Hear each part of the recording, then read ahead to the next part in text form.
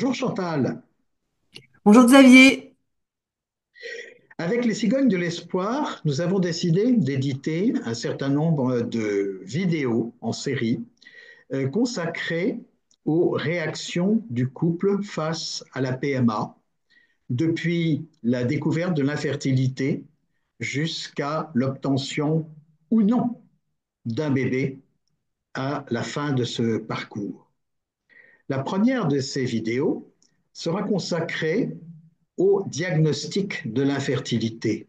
Après un an d'essais infructueux, la contraception a été arrêtée, toute précaution supprimée, et il n'y a pourtant aucun signe de grossesse.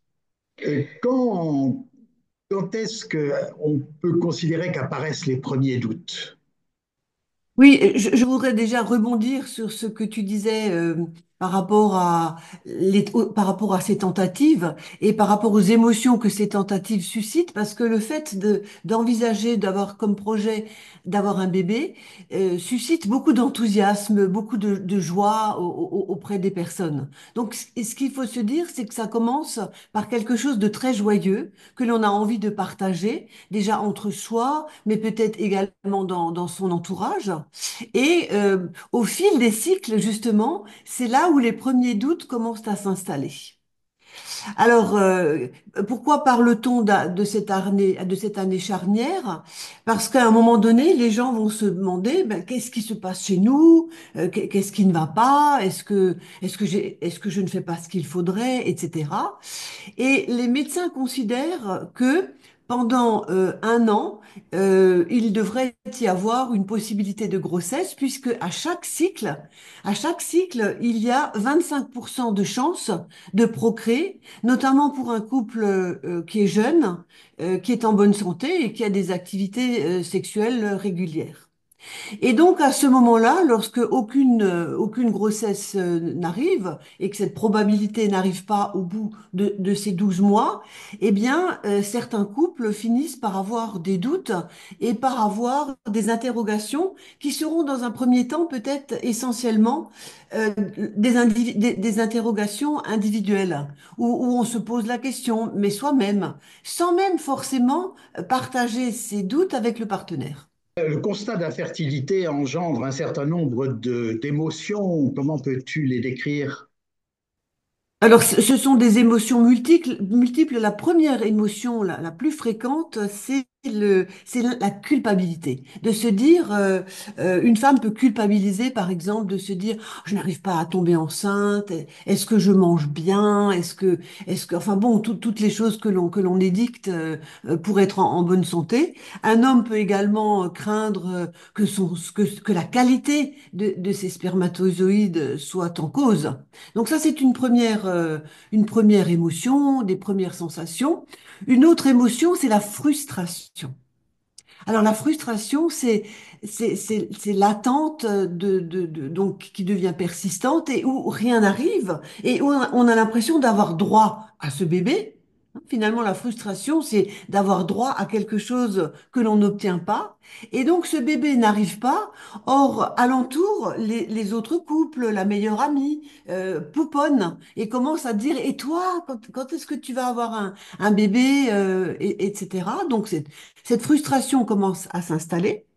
Une autre émotion, c'est la peur de l'avenir, en se disant, mais dans le fond, et si finalement ça ne marchait pas?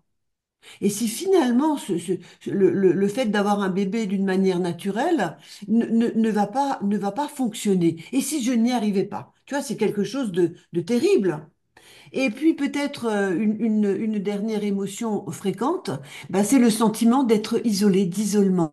Beaucoup de couples se sentent seuls face à cette épreuve, alors qu'au début, ils avaient peut-être envie de partager avec belle-maman, avec maman, avec la meilleure amie, l'envie d'avoir un bébé. Mais là, comme on est dans une situation d'échec de grossesse, on finit par ne plus en parler et par s'isoler dans cette crainte de ne pas parvenir à avoir un enfant. Une fois le diagnostic d'infertilité accepté, il faut bien entendu prévoir une prise en charge médicalisée notamment. Oui, et tu as raison de dire médicalisé parce qu'il faut véritablement, les gens qui nous écoutent, consulter un professionnel de santé. Par exemple, un gynécologue, un spécialiste de la fertilité. Et quels sont les examens préliminaires, disons, assez courants? Donc pour la femme, une échographie pelvienne et un bilan hormonal. Voilà, on peut démarrer par cela. Pour un homme, un spermogramme pour analyser à la fois la qualité et la quantité des spermatozoïdes. Qu'est-ce qu'on peut donner comme conseil au couple vis-à-vis de cette épreuve? C'est quelque chose que je dis souvent aux couples, même quand on n'est pas dans cette situation, mais c'est de se parler ouvertement, c'est-à-dire exprimer ce dont on est en train de parler là, exprimer les peurs, les frustrations, mais également les espoirs ensemble, de s'en parler pour éviter les malentendus et pour éviter de se replier sur soi. Donc ça, c'est une première chose. Ensuite, ce qui est également très important, c'est de soutenir l'autre. C'est-à-dire de rappeler à son partenaire ou à sa partenaire qu'il n'est pas seul, qu'on forme un team, une équipe face à cette éventuelle problématique. Autre chose, c'est de se faire accompagner. Alors, on peut se faire accompagner par un psychologue, un thérapeute, un groupe de parole, qui est véritablement précieux pour justement gérer et poser ses émotions. Et je dirais, un dernier conseil, c'est de prendre soin de son couple. Peut-être que c'est le conseil le plus important parce que ne pas laisser le projet d'enfant éclipser, éliminer, entacher tout le reste. Parce que finalement, c'est le couple qui va faire ce bébé, qui va élever ensuite ce bébé. Et donc, prendre du temps, avoir des activités communes, repartir dans un peu de légèreté. Un précieux conseil.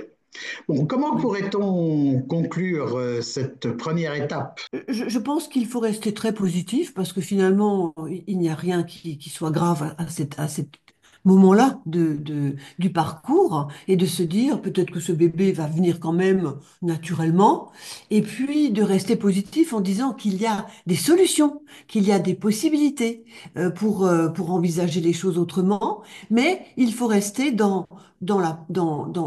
l'esprit, je dirais, plutôt médical, plutôt scientifique d'une approche, même si l'approche psychologique, évidemment, n'est pas à négliger. Merci Chantal pour cette première vidéo. Nous en aurons une seconde très bientôt sur l'approche du couple par rapport à la PMA. À bientôt Chantal. À bientôt, Xavier.